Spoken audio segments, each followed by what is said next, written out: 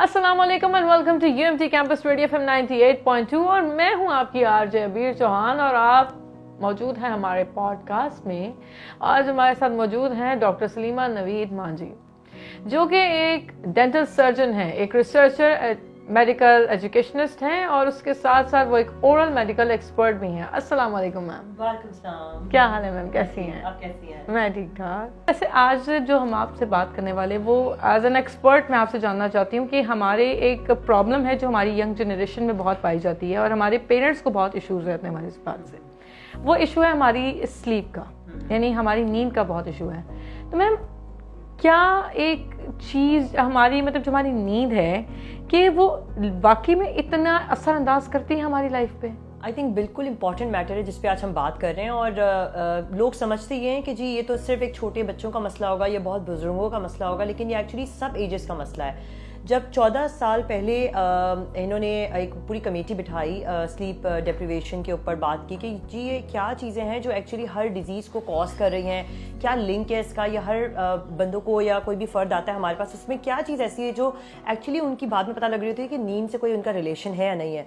इन्होंने अपनी कमेटी में जब 19 मार्च को ये एक पूरा क़याम किया तो उसमें पता लगा कि जी जो लोगों को डायबिटीज़ भी हो रहा है, जो लोगों को हार्ट अटैक्स भी हो रहे हैं, जो लोगों को माइग्रेन्स भी हो रहे हैं, वो सब कुछ स्लीप से रिलेटेड है। अभी तो मैंने सिर्फ 3-4 के नाम लिए, इससे तो बेशुमार लिस्ट है। इवन बहुत से लोग कहते हैं कि आपको लैक ऑफ स्लीप डिप्रेशन में फॉल करवा देता है। बिल्कुल, इसमें आपके मेंटल वेलबींग बहुत काम करते हैं। अगर आपकी मेंटल वेलबींग नहीं हो रही है तो वो आपकी नींद ना करने से होती है। बच्चों में जो डिसेबिलिटीज़ होती हैं या अच्छी परफॉर्मेंस नहीं होती, वो सब स्लीप से है। फिर उन्होंने ये इस चीज़ को फाइनलाइज किया कि जी अब हम हर साल जो है 19 मार्च को इसके ऊपर काम करेंगे, लोगों की अवेयरनेस के लिए काम करेंगे। थ्रू आउट तो हम कर रहे होते हैं, लेकिन इस पर और ज़्यादा एम्फसाइज करेंगे और इस तरह से सिलसिला चलता रहा। अब जहाँ तक हम उसकी बात करें कि कितना इंपॉर्टेंट है स्लीप, आप समझ लें कि ये एक ट्राइएट की तरह होता है। ट्राइएट होता है जिसमें हमारे पास एक स्लीप का पूरा होना, एक हमारे लाइफस्टाइल्स अच्छे होने जिसमें हमारी सेडेंटरी लाइफस्टाइल्स नहीं होनी चाहिए, खाना पीना अच्छा होना चाहिए, एक्सरसाइज होनी चाहिए, योगा होनी चाहिए, फ्रेश वॉकिंग होनी चाहिए फ्रेश एयर में मॉर्निंग में, और साथ साथ डाइट। तो ये तीनों चीज़ें जब अपने मुतवाज़न बैलेंस्ड होती हैं तो कभी भी जो भी आपके पास एक फ़र्द होगा वो एक हेल्दी वेलबींग के साथ होगा। अदरवाइज अगर इन तीनों में से कोई भी चीज़ आगे पीछे है तो वो कभी भी हेल्दी नहीं हो सकता। तो स्लीप का आप समझ लें टॉप मोस्ट एक इम्पॉर्टेंस है हमारी लाइफ के अंदर। बिल्कुल मैम, अगर कोई इंसान अपना like I have a working hour में, जैसे मेरे पास एक टाइम ड्यूरेशन होता है, तो मतलब मेरे साथ ये इशू है, it's not my everyone's issue, कि हम घर जाते हैं 6 आवर्स की स्लीप भी ले लें, 7 आवर्स की ले लें, वो दिमाग का स्ट्रेस ख़त्म क्यों नहीं हो पाता? अच्छा, बहुत सारे लोग जो होते हैं ना, मैं एक रिसर्च की बात बताती हूँ, 48% लोग जो है ना उस रिसर्च के मुताबिक बेख्वाबी का शिकार हैं।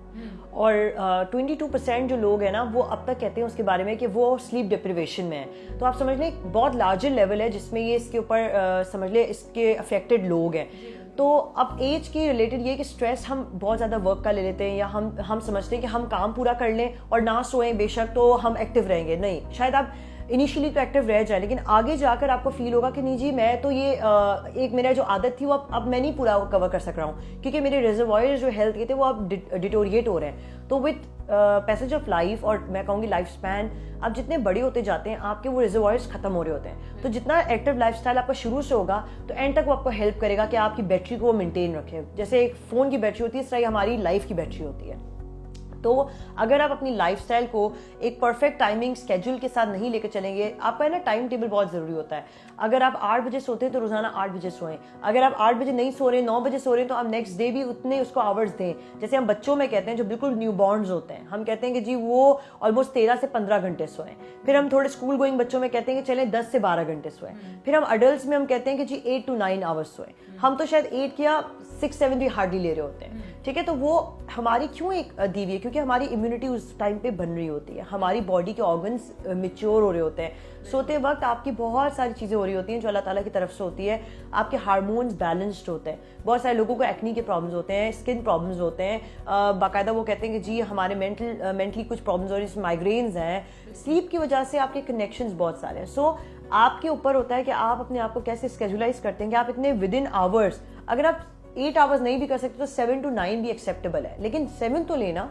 बिल्कुल। एंड आप जितना हेल्दी सोएंगे, जितना आप पूरी तरह स्लीप लेंगे, उतना आप हेल्दी उठेंगे, और जितना जल्दी उठेंगे इतना पूरा अच्छा रूटीन चलेगा आपका। तो मैम एक ये भी बात है कि क्या हमारे स्लीप साइकिल्स होते हैं? अच्छा बिल्कुल, ये लोगों को अवेयरनेस हम देंगे यहाँ पे कि लोगों को पता ही नहीं कि एक्चुअली क्या चीज़ है जो हमारी पूरी लाइफ को रन कर रही होती है। अल्लाह ताला की तरफ से एक बहुत ज़बरदस्त चीज़ है, एक कहते हैं कि प्रोसेस सी होता है जिसको हम कहते हैं सर्काडियन रिदम। सर्काडियन रिदम क्या होती है? हमारी सर्काडियन साइकिल्स होती हैं कि फॉर एग्जांपल आज मैं 12 घंटे सोई, अब नेक्स्ट 12 घंटे तक मैं चल सकती हूँ, मतलब इतनी मेरी एक्टिव हो गई है। ये तो एक हमारी साइकिल होती है जो रेगुलेट हो रही है खुद ब खुद। लेकिन ऑन द अदर हैंड एक होती है एस साइकिल जिसे हम हीमोस्टैटिक साइकिल कहते हैं। हीमोस्टैटिक साइकिल ये होती है कि जैसे फॉर एग्जांपल आज आप 4 घंटे सोए, अब आपने कितने घंटे अपने ज़ाया किए, 4 घंटे और मजीद आप नहीं सोए, तो वो 4 घंटे आप पूरे दिन में जिस तरह नैप ले लें, पावर नैप ले लें, उसको उस तरह कंप्लीट करें या ना करें वो आपके हाथ में। लेकिन होमोस्टैटिक में ये होता है कि अगर आप नहीं करते हैं तो आपका फिजियोलॉजिकल जो आपकी नीड्स है वो पूरी नहीं होती, जिस्मानी जो नीड्स होती है वो पूरी नहीं होती। तो ज़रूरी ये होता है कि आप अपनी उन हीमोस्टैटिक एंड सर्काडियन दोनों को बैलेंस रखने की कोशिश करें ताकि कभी भी स्लीप डिप्रिवेशन में ना आ जाए। अब बहुत सारे लोग हमारे पास आते हैं और कहते हैं कि जी देखें मैं तो अमेरिका से आई हूँ और मेरा जेटलैग हो गया। तो वो एक्चुअली जेटलैग होता क्या है? वो हमारी स्लीप साइकिल्स जो होती है सर्काडियंस उसको रेगुलेट कर रहा होता है उसके मुताबिक जहाँ आप रह रहे थे, और जब वो पाकिस्तान में आते हैं तो उनकी वो साइकिल डिस्टर्ब हो जाती है। मेरे फादर के साथ मोस्टली यही होता है। So this is so common practice. So it's important that you take power naps. The power naps has the हमारे जितने व्यूअर्स हैं और जितने लिसनर्स हैं उनके लिए एक ये भी कॉन्सेप्ट क्लियर कर दे कि पावर नैप क्या है। अच्छा, पावर नैप वर्ड से आपको पता लग रहा है पावर एनर्जी देता है आपको। सो आप उसको क्या करते हैं? फॉर एग्जांपल अगर आपने 4 घंटे नींद ली और अभी आपको लगता है कि आपकी डिप्राइव्ड 4 घंटे रह गए, तो 4 घंटे आप नहीं सोए, तो आप उसको किसी भी तरह कॉम्पनसेट करें। फॉर एग्जांपल पावर नैप्स लें आप 15 मिनट, 10 मिनट, आधा घंटा के। अब उसमें क्या होता है कि आप जब ले लेते हैं पावर नैप, बिल्कुल कॉन्सेंट्रेट होकर सो जाते हैं बिल्कुल उसमें, तो आपको वो एक एनर्जी देता है फॉर नेक्स्ट 1 आवर 2 आवर्स, आपका माइंड बूस्ट अप करता है। बिल्कुल। लेकिन कहीं ऑन द अदर हैंड इसके अगर लंबे पावर नैप्स चले जाते हैं तो उसके डिसएडवांटेजेस भी हैं। उसके ये होते हैं कि फॉर एग्जांपल अगर ओवर आपने पावर नैप ले लिया तो उसमें यूजुअली होता है कि रात को आपको नींद नहीं आ रही होती है। तो हम इसलिए कहते हैं 10 से 15 मिनट, ये मैक्सिमम 20-30 मिनट से ज्यादा नहीं होने चाहिए power naps. That's why they give you the power to do the work. तो मैम ज्यादा सोना सेहत के ऊपर कितना असरअंदाज करता है? अच्छा, बहुत ओवर सोना आपको बहुत ढीला, या मैं कहूँगी एक तरह से सेडेंटरी लाइफस्टाइल में लेकर आता है। आप बहुत लेजी फील करते हैं, आप बहुत स्टाउट से हो जाते हैं, मोटे हो जाते हैं, सेडेंटरी में होते हैं, खाने पीने में आपका दिल करता है कि बस खाते रहें, यानी आप बैलेंस लाइफ में नहीं होते। तो everything should be balanced, everything should be on its place, और मेक श्योर ये करना चाहिए कि हर चीज़ का जो टाइम है, रेंज है, उसमें आप सोए, बस इनफ है, दैट्स इट। हमारी बेसिकली आज की एक कंप्लेन है, मतलब लाइक हमारे जितने लिसनर्स हैं वो ये कहते हैं कि हमें डिप्रेशन हो रहा है, हमें ये हो रहा है।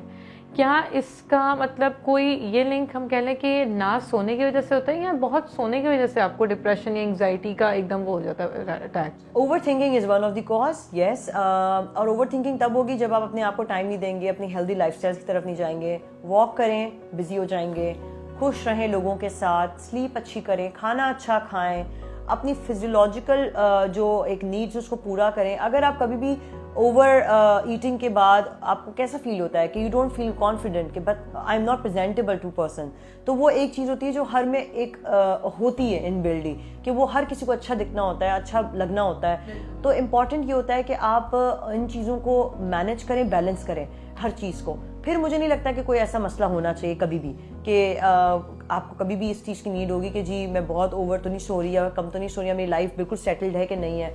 बस इम्पॉर्टेंट ये है कि आप हर चीज़ एक मुतवाज़न में करें, दैट्स द की।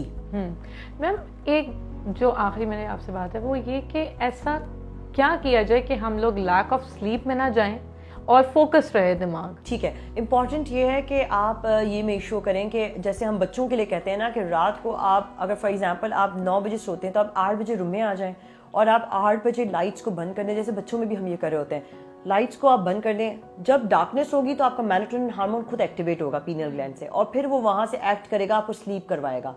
उस दौरान आपके लिए इंपॉर्टेंट है कि आप कोई जिक्र सुन लें, कोई तिलावत सुन लें, और आप अपने आप को उसके अंदर बिल्कुल लॉस्ट कर दें। ठीक है, आप उस वक्त कोई गैजेट्स, कोई फ़ोन, कोई कॉल अटेंड ना करें। और जब आप उस चीज़ में चले जाएंगे तो 1 घंटा आप समझिए एक वार्म अप कर रहे हैं या स्लीपिंग का वार्म अप करते हैं। जैसे बच्चों में हम करते हैं, बड़ों में भी सेम चीज़ है।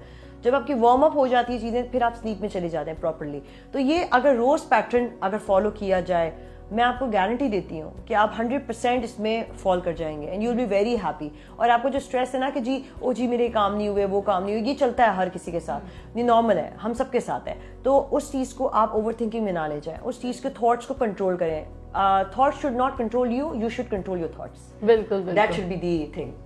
मैं चाहती हूँ कि एक मैसेज जो मेरे साथ साथ दूसरों के लिए हो, वो चाहे किसी भी हेल्थ वाइज से आप जरूर देना चाहें. एक आपने सुना होगा ईट स्लीप एंड रिपीट, वो मैं बिल्कुल. बहुत फॉलो करती हूँ और बहुत अडोर करती हूँ इस चीज़ को.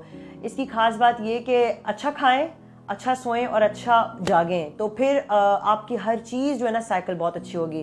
तो मेरा पैगाम आज सबके लिए यही है कि eat healthy and live healthy for your family at least. If you are not doing it for your own self but do it for your family at least आपकी मेंटल हेल्थ तो बहुत ज़रूरी yes, है. yes. चलिए मैम, बहुत शुक्रिया कि आपने इतना टाइम दिया और इतनी अच्छी बातें की हैं. Thank you. Thank you so much ma'am. Pleasure coming.